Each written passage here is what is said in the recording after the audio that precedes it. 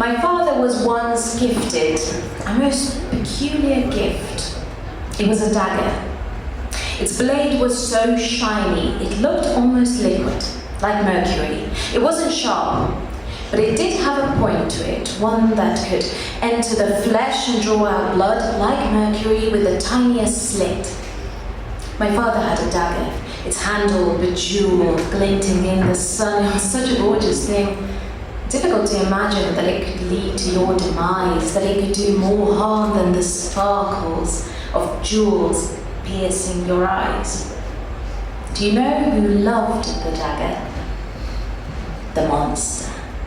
For its beauty, for its grace, for its ability to solve a problem and leave no remorse in its place.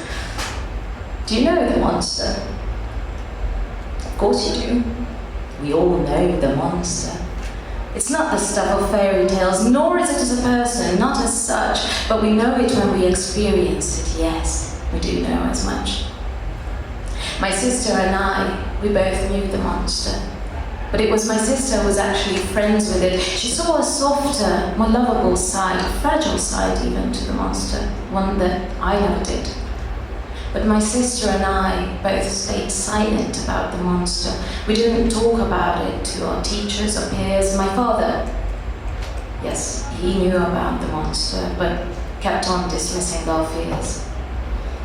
Well, my father had a dagger, and the monster knew to use it whenever he was not around. It would hold it in its hand, standing opposite my sister, firmly on the ground. The demands it made were not so terrible as you might think. Any guesses as to what the most common demand was? Well, the monster most often demanded that my sister give me all her candy. And my sister, terror in her eyes, would always comply. You see, the demands were not terrible, but the consequence was. The monster threatened that if my sister didn't give me all her candy, she would witness, she would see the monster using the sharp tip of the dagger and stab. Not my sister, but me.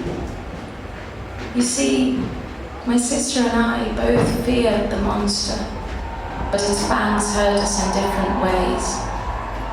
I would be left living with it for a lifetime, and admittedly, she would shake and shock for days.